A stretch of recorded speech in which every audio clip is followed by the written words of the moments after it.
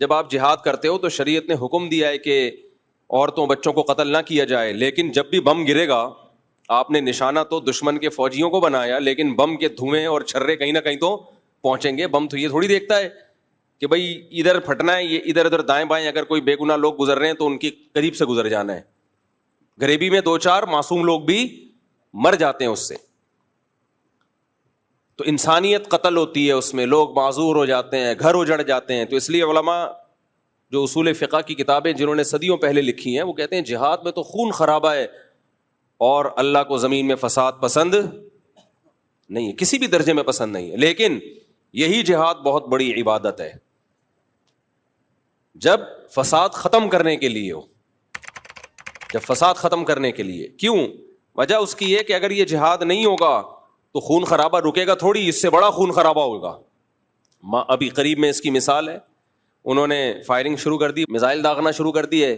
ہم اگر کہتے بھائی جہاد تو فساد ہے، ہم اگر بم برسائیں گے ماریں گے تو یہ نہ ہو جائے وہ نہ ہو جائے، تو بہتر یہی ہے کہ کچھ نہ کیا جائے.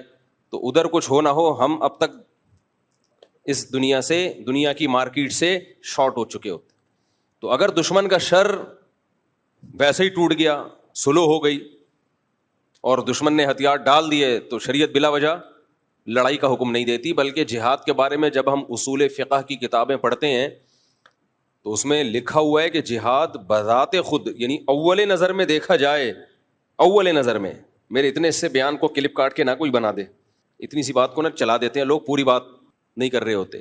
پہلی نظر میں اگر دیکھا جائے تو فساد ہے، اس میں کوئی ایسا کام نہیں ہو رہا جو اللہ جس کو پسند کرتا ہو. مار کٹائی، قتل و غارت، معصوم لوگوں کی جانیں بھی جاتی ہیں. جہاں جہاد کا فائدہ ہوگا جہاد کیا جائے گا، جہاں فائدے کے بجائے نقصان ہو نہیں کیا جائے گا. ہمیں نبی سے جہاد کرنا بھی ملتا ہے اور جہاد کو ڈیلے کرنا بھی ملتا ہے. صلح حدیبیہ بھی ملتی ہے جس میں آپ نے لڑائی کو ٹالا ہے، اور فتح مکہ بھی ملتا ہے جس میں خود آپ نے حملہ کیا، اور غزوہ احد بھی ملتی ہے جس میں صرف ڈیفنس پہ اکتفا کیا ہے غزوہ احزاب میں. تو جہاں صرف ڈیفنس کرنا ہے، آپ سمجھتے ہو صرف ڈیفنس سے کام چلے گا، وہاں ڈیفنس کیا جائے گا. جہاں بڑھ کے حملہ کرنا ہے وہاں بڑھ کے حملہ کیا جائے گا. جہاں دونوں سے نقصان ہو وہاں دونوں ہی نہیں کرنے، کیونکہ مقصد نہیں ہے جہاد. مقصد کیا ہے؟ دین کا غلبہ. تو وہ جو سوٹیبل طریقہ، جہاد کا انکار نہیں کرنا ہے. کہیں بعض فلاسفر ایسے ہیں جو ایکچولی کر کے جہادی کا انہوں نے بیڑا غرق کر دیا. تو جہاد کا انکار تو کفر ہے. یہ کہ سوٹیبل جگہ، سوٹیبل ٹائم، یہ ساری چیزوں پہ غور کر کے. یہ کچھ لوگ جہاد کے بالکل ہی منکر ہیں اور کچھ ایسے ہیں کہ ہر جگہ بم پھاڑنے میں لگے ہوئے ہیں. وہ یہ دونوں غلط ہیں. وہ دیکھتے ہی نہیں کہ اس کا نتیجہ کیا نکلے گا. وہ کہہ رہے ہیں نتائج کے ہم مکلف نہیں ہیں. جب ان کو کہا جاتا ہے بھائی یہ کون سا طریقہ ہے جہاد کا، ہر جگہ ہی بم پھاڑ رہے ہو، کہہ رہے ہیں بھائی نتیجہ کیا یہ اللہ نکالے گا، ہم اعمال کے مکلف ہیں. نا نا نا نا نا نا، کچھ اعمال ایسے ہیں اس میں ہم نتیجے کے بھی مکلف ہیں. دیکھو ایک آدمی سردیوں میں برف کی دکان کھول کے بیٹھا ہوا ہے. سردیوں میں کیا کر رہا ہے؟ برف کی دکان. بے روزگار آدمی، کوئی جاب نہیں مل رہی تھی، برف کی دکان کھول کے بیٹھ گیا. اس سے کوئی کہہ رہا ہے بے کم بخت، تو کوئلے کی دکان کھول کے بیٹھتا نا، انگاروں کی تو چل جاتی سردیوں میں، برف کی دکان کھول کے بیٹھا ہوا ہے. وہ جواب میں کہے ہم اسباب کے مکلف ہیں، نتیجہ کس کے ہاتھ میں ہے؟ اللہ کے. تو یہ دلیل صحیح ہوگی؟ اس کو بولا جائے گا بھائی کاروبار خود مقصد نہیں ہوتا، کاروبار سے مقصد پیسہ ہوتا ہے. تو وہ کام کرو جس میں پیسے کی امید تو ہو. گولا گنڈا بیچ لیتا شاید چل جاتا، ٹھیک ہے، تھوڑا بہت. کچھ بیوقوف ایسے ہوتے ہیں جو سخت سردی میں بھی گولے گنڈے کھا رہے ہوتے ہیں. آئس کریم چل جاتی، برف کون خریدتا ہے یار؟ یا خریدیں گے بہت تھوڑے لوگ، تیرا خرچہ زیادہ ہوگا اور انکم کم ہوگی.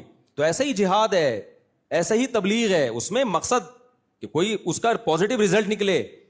تو اب علماء اگر مندر میں جائیں تبلیغ کی نیت سے تو یہ جائز ہے، کیونکہ مندر میں جانا حرام لعینہ ہی نہیں ہے، حرام لغیرہ ہی ہے، کسی اور وجہ سے ناجائز ہے کہ آپ ان کو پروموٹ کر رہے ہو، آپ ان کی عبادت میں شریک ہو رہے ہو، آپ کے عمل کو دیکھ کے لوگ کیا کریں گے، شرک پھیلے گا. اگر یہ سب چیزیں نہیں ہیں بلکہ ایک پیغام جائے گا امن کا کہ بھائی جیسے تمہارے ہاں ہندو محفوظ ہیں، ہمارے ہاں انڈیا میں بھی مسلمانوں کو محفوظ ہونا چاہیے. تو یہ کام جو کبھی لغیرہ ہی تھا اس نیت سے حسن لغیرہ ہی بن جائے گا. تو حسن لعینہ ہی، حسن لغیرہ ہی اور قبیح لغیرہ ہی. ایک کام ہوتا ہے حسن لعینہ ہی، وہ حسن ہی رہے گا، اچھی نیت سے یا بری نیت سے وہ خراب نہیں ہو جائے گا. ایک کام ہوتا ہے قبیح لعینہ، جیسے شراب پینا، یہ قبیح لعینی ہے، یہ اچھی نیت سے حلال نہیں ہو جائے گا. کسی کا حرام پیسہ آپ نہیں کھا سکتے، یہ پابندی ہے، اللیگل ہے. آپ کو یقین ہو کہ میرے حرام کھانے سے کروڑوں لوگ اسلام میں داخل ہو جائیں گے، بھائی ہو سکتا ہے وہ اسلام میں داخل ہو لیکن آپ جہنم میں جاؤ گے. مشرکین مکہ کیا کرتے تھے؟ صحابہ کرام کو انہوں نے مکہ سے نکال دیا اور مکہ سے دربدر کر دیا. اس کے بعد صحابہ کرام کو پھر جب جہاد کا، پھر ان پہ حملے بھی کرتے تھے. صحابہ کرام جہاد کرتے، لڑائی کرتے اپنے آپ کو، شروع میں تو دفاعی لڑائیاں ہوئی ہیں. تو مشرکین مکہ کہتے دیکھو، حج تو ابراہیم علیہ السلام کے دور سے ہو رہا ہے نا.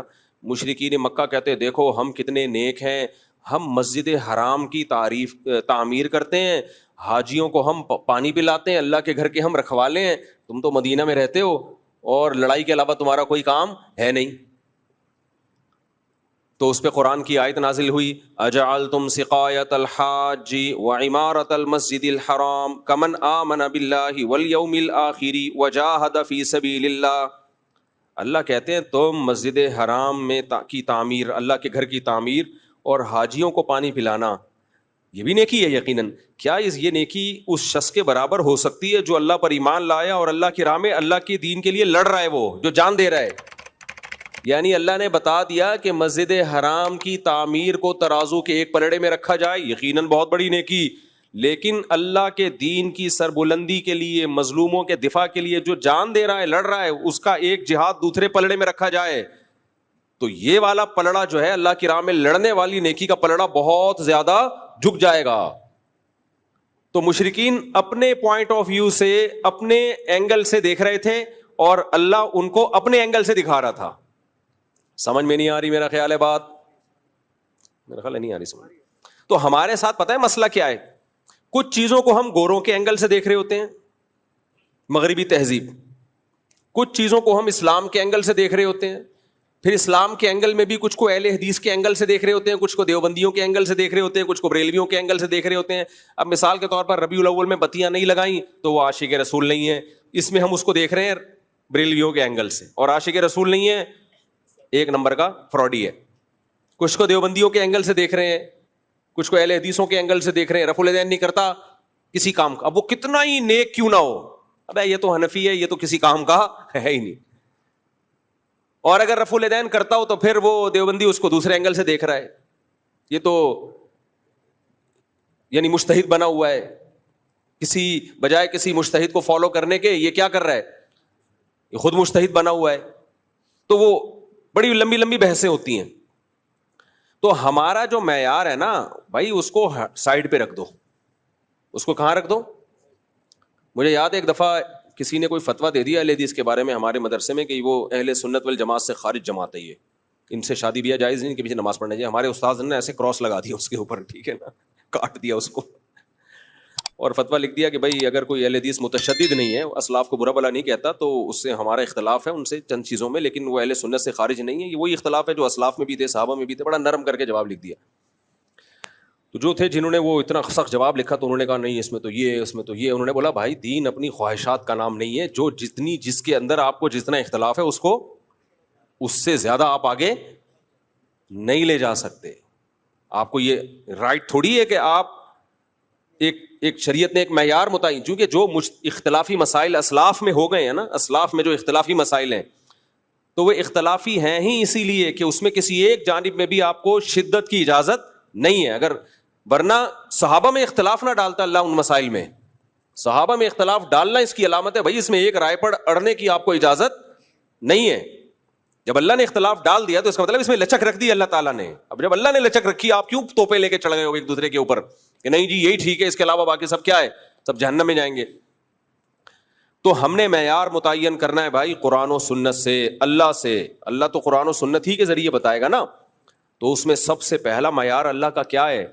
اللہ کہتا ہے جو مشرک ہے، جو اللہ کو نہیں مانتے یا اللہ کے ساتھ شرک کرتے ہیں، ان کی جتنی نیکیاں ہیں، ہر وقت لوگوں کو کھانا کھلاتے رہیں، لوگوں سے اچھے اخلاق سے بات کرتے رہیں.